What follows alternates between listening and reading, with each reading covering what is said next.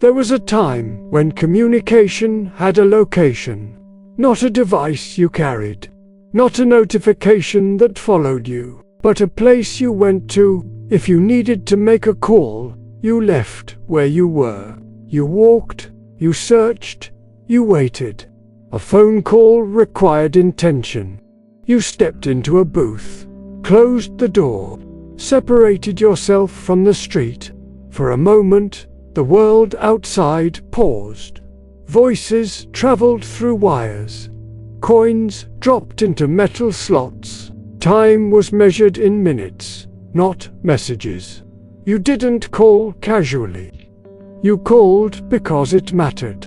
Because once you stepped inside, you were no longer available to anyone else.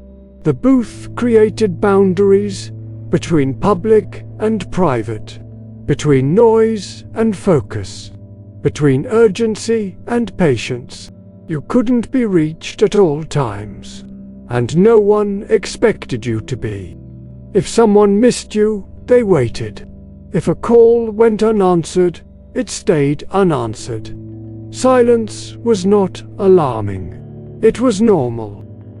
Phone booths existed everywhere, on street corners, in stations, outside shops, not because people talked constantly, but because communication required effort. And effort created meaning. You thought before you called. You planned what to say. You knew the call would end. Every conversation had a cost. In coins, in time, in attention. The booth did something subtle. It turned communication into an event. A moment you stepped into. A space you entered deliberately. A connection that had a beginning and an end. You were either inside the conversation or outside of it. There was no in-between. And because of that, presence mattered. The phone booth. Privacy used to be a place, not a setting, not a permission, not a digital toggle. A place. When you stepped into a phone booth, you entered a boundary that others understood without explanation. The door closed. The glass separated you. The noise outside softened. People did not listen in.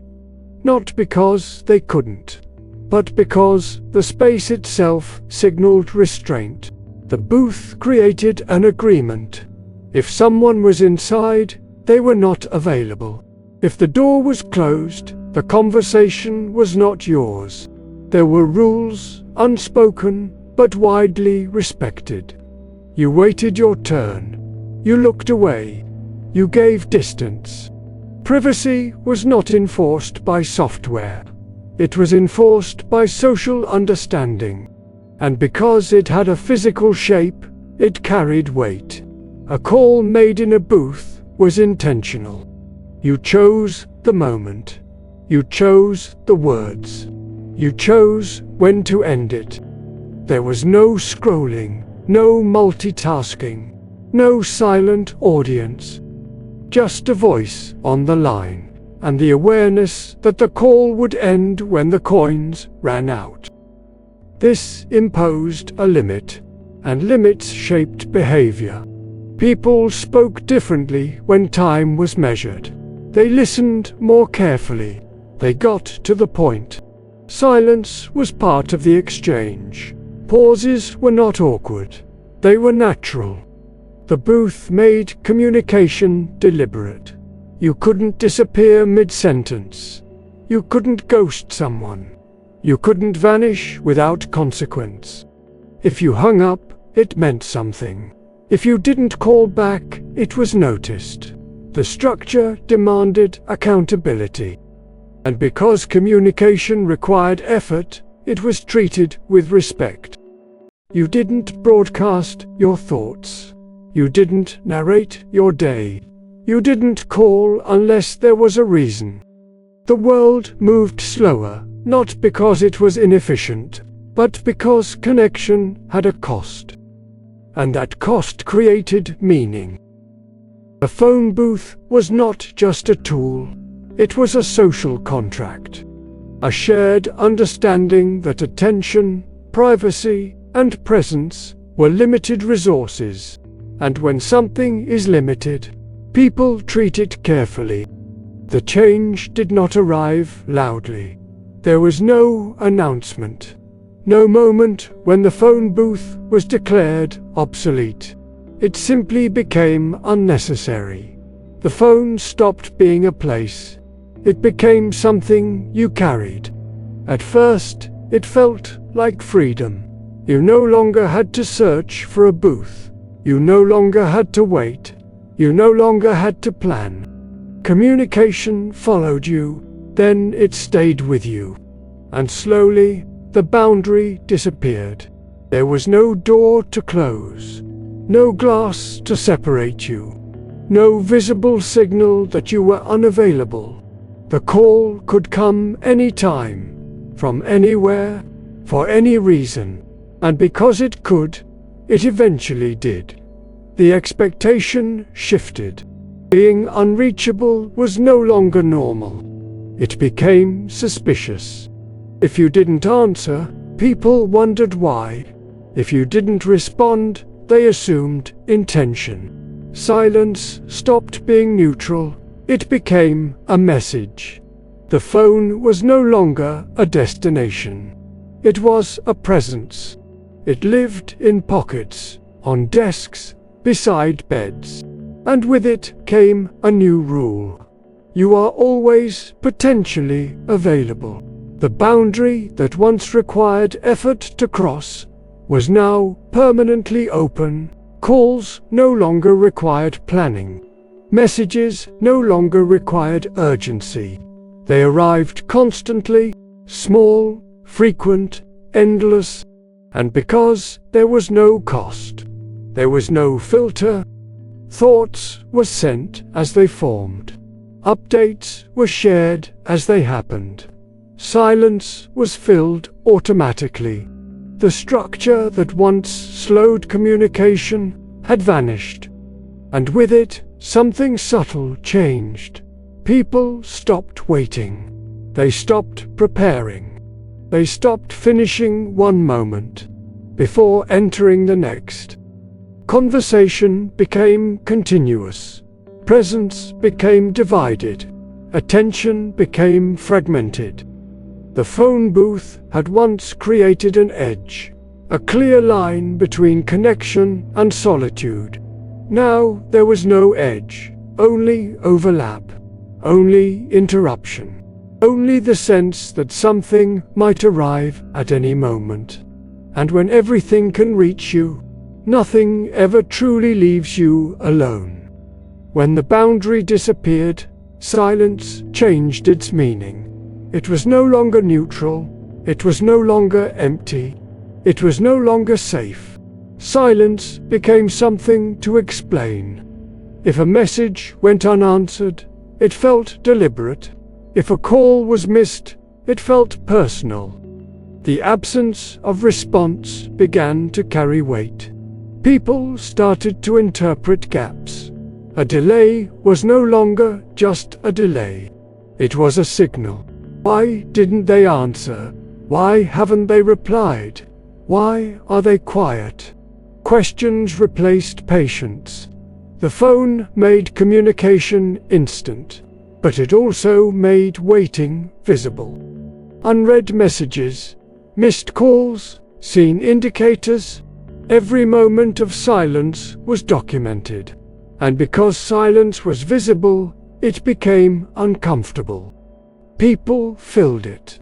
They responded quickly, not because they had something to say, but because not responding felt worse. Availability became politeness. Speed became respect. And constant responsiveness became a form of social currency. The expectation spread quietly. Friends expected replies. Families expected check-ins. Employers expected availability. The line between urgent and trivial dissolved. everything arrived with the same intensity. And because everything could reach you, everything demanded attention. Rest became interruption. Focus became fragile. Being unreachable once normal began to feel irresponsible. People started carrying the phone not as a tool, but as a responsibility. Something that had to be monitored, something that could not be ignored. The world grew louder, not in sound, but in demand. Moments of quiet shrank, not because silence disappeared, but because it no longer belonged to you alone. The phone booth had once protected silence. It created a space where communication began and ended. Now, communication never truly ends. It fades, it lingers, it waits. And because it is always waiting, the mind is never fully at rest. The loss was not privacy alone. It was relief. Over time, the pressure stopped feeling unusual.